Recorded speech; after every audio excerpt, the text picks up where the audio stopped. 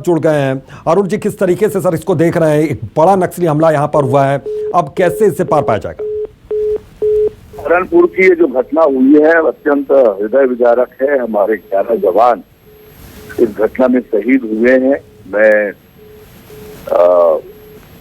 बहुत विनम्र श्रद्धांजलि अर्पित करता हूँ, उनके परिवार के प्रति संवेदना व्यक्त करता हूँ। ये बहुत ही हृदय विदारक घटना है। इस घटना की जितनी निंदा की जाए कम है और इन शहीदों का शहादत तर्क न जाए, इसकी चिंता हम सबको करनी पड़ेगी।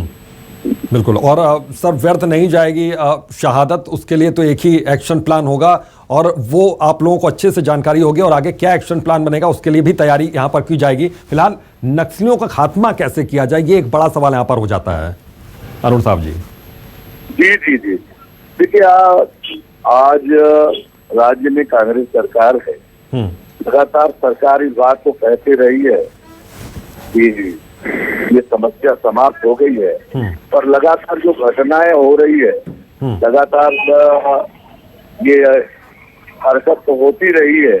सरकार को सोचना चाहिए, सरकार को सच्चाई समझना चाहिए कि आज क्या हालात पूरा बस्तर इस हालात में है, लोग परेशान हैं और इस प्रकार से हमारे जवानों के शहादत हो रहे हैं, निर्दोष लोग भी मारे जा रहे हैं। सरकार भी, राज्य सरकार अपनी जाके और इस तरह के हमारे नौजवानों की शहादत ना हो, निर्दोष लोगों की मौत ना हो, इसकी चिंता सरकार को निश्चित रूप से करनी चाहिए, योजना बनाकर करनी चाहिए। बिल्कुल। अरुण जी, एक चीज मैं और यहाँ पर समझना चाहूंगा कि चुनावी साल में इस तरीके से एक बड़ा हमला अंजाम देकर नक्सलवाद को जो समर्थक करते हैं या फिर जो नक्सली है, वो क्या मैसेज यहाँ पर देना चाह रहे हैं, क्या संदेश वो देना चाह रहे हैं यहाँ पर? देखिए, अभी थोड़ी दिन पहले ही हमने अपने 4 प्रमुख पदाधिकारियों को खोया है, प्रमुख पदाधिकारियों को खोया है। हाँ। और अभी थोड़े दिन पहले ही जी, उसके बाद भी सरकार ये कहती है कि हमने नियंत्रण किया है नक्सल समस्या पे, तो सरकार तो पूरी तरह से मामले को लेकर गंभीर नहीं है। जब तक राज्य सरकार इस विषय को लेकर गंभीरता नहीं दिखाएगी, वास्तव में इस समस्या से निजात पा।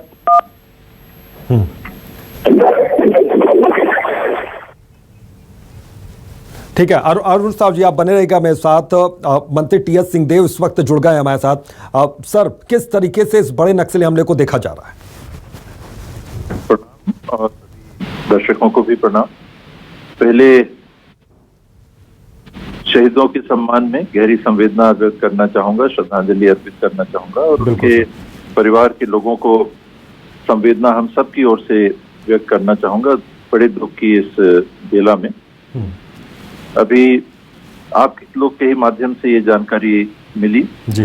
मैं हूँ नहीं छत्तीसगढ़ में, बाहर हूँ, कि 11 लोगों की शहादत हुई है। 10 फोर्स के लोग थे, एक सिविलियन ड्राइवर थे, 7-8 वाहन वापस आ रहे थे एक ऑपरेशन करके और नए बने डामर रोड को में ये वाकया हुआ। एक व्हीकल आईडी की चपेट में आया और 11 लोगों की शहादत हुई।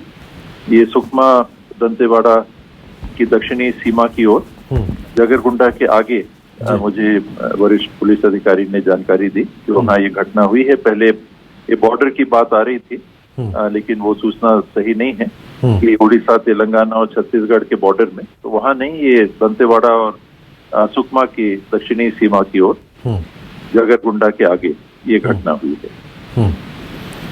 बिल्कुल। अब सर, किस तरीके से यहाँ पर एक्शन प्लान आगे क्या हो सकता है सरकार का यहाँ पर, क्योंकि अब विपक्ष के तेवर भी हमलावर हो रहे हैं यहाँ पर। चुनावी साल में नक्सलियों ने एक बड़ी चुनौती यहाँ पर दी।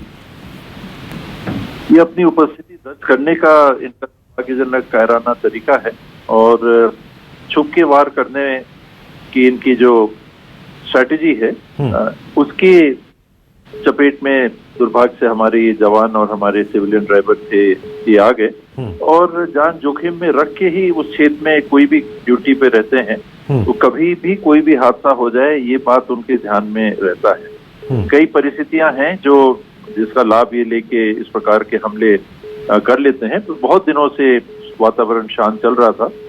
संभवतः ये तेंदुपत्ता का सीजन है, आपने चुनाव कहा, बेसिक स्ट्रैटेजी उनकी यही होगी कि हम हैं, हमारी उपस्थिति दर्ज करने का उनका एक कायराना तरीका, लेकिन और योजनाबद्ध तरीके से शासन पूरी इसकी समीक्षा करेगी ही और सुनिश्चित करेगी कि इनके सिमटते हुए कार्य क्षेत्र को और कम करते जाएं, लगातार कम करते जाएं। ठीक है।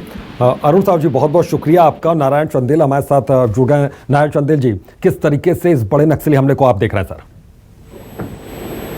कि मुझे भी अभी जानकारी मिली जी। दंतेवाड़ा जिले के अरनपुर थाना क्षेत्र में एक बड़ा नक्सली हमला हुआ है जी।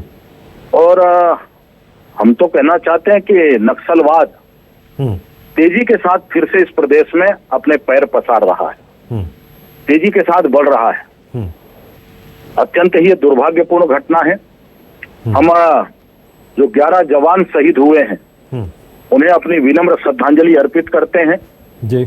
उनके परिवार के प्रति अपनी गहरी शोक संवेदना व्यक्त करते हैं और सरकार से कहना चाहते हैं जी कि नक्सलवाद के खिलाफ छत्तीसगढ़ की सरकार कोई निर्णायक लड़ाई लड़े ताकि हमारे जवानों की शहादत से हम बच सकें।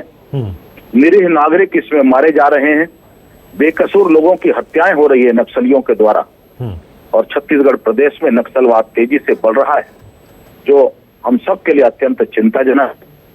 हम शहीद हुए हमारे सभी जवानों के प्रति अपनी गहरी शोक संवेदना व्यक्त करते हैं। मैं विनम्र श्रद्धा सुमन अर्पित करते हैं। टी एस सिंहदेव जी, सर आपने सुना यहाँ पर, देखिए नारायण चंदेल साफ तौर पर कह रहे हैं कि अब सरकार को चाहिए कि कोई एक ऐसी स्ट्रेटेजी बनाए, ऐसी रणनीति बनाए कि इसको जड़ से खत्म किया जाए। यहाँ पर कार्य हो रहा है, केंद्र सरकार राज्य सरकार मिलके समय समय पर, अभी हाल ही अमित शाह जी भी आए थे, लगातार नेशनल लेवल पे स्टेट लेवल पे मीटिंग्स होती रहती हैं और दोनों सरकारें मिलकर, अर्धसैनिक बल भी आते हैं, पुलिस राज्य की भी पुलिस इसमें काम करती है। अत्यधिक कठिन भौगोलिक जंगल का क्षेत्र है और वहाँ पहले की तुलना में काफी एरिया में कंट्रोल हो गया है। मैं अभी बता ही रहा था, एक चैनल से बात हो रही थी उसमें कि मैं जगदलपुर हालिया गया था, तो वरिष्ठ पुलिस अधिकारियों से चर्चा में उन्होंने बताया कि नहीं, काफी एरिया तो हमने कंट्रोल में ले लिया है, डोमिनेंस में ले लिया है। करीब 40 किलोमीटर बाय 100 किलोमीटर का एक चक लगभग मोटा मोटी अपन पकड़ सकते हैं। इसमें हमको और आगे बढ़ते जाना है। तो एक के बाद एक कैंप्स की स्थापना हो रही है, उसमें वो अड़चन पैदा करते हैं।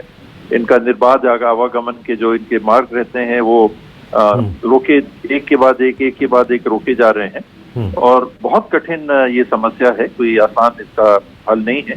फिर भी दृढ़ इच्छा शक्ति से और संवेदना से भी साथ में सरकार काम कर रही है। पहले से सीमित करने में भी सफलता मिली है, लेकिन 10 जवान और एक सिविलियन ड्राइवर की मृत्यु अभी आज ही जो हुई 11, इसने फिर से ये बताया कि अभी और हमको काफी कुछ करना बाकी जी।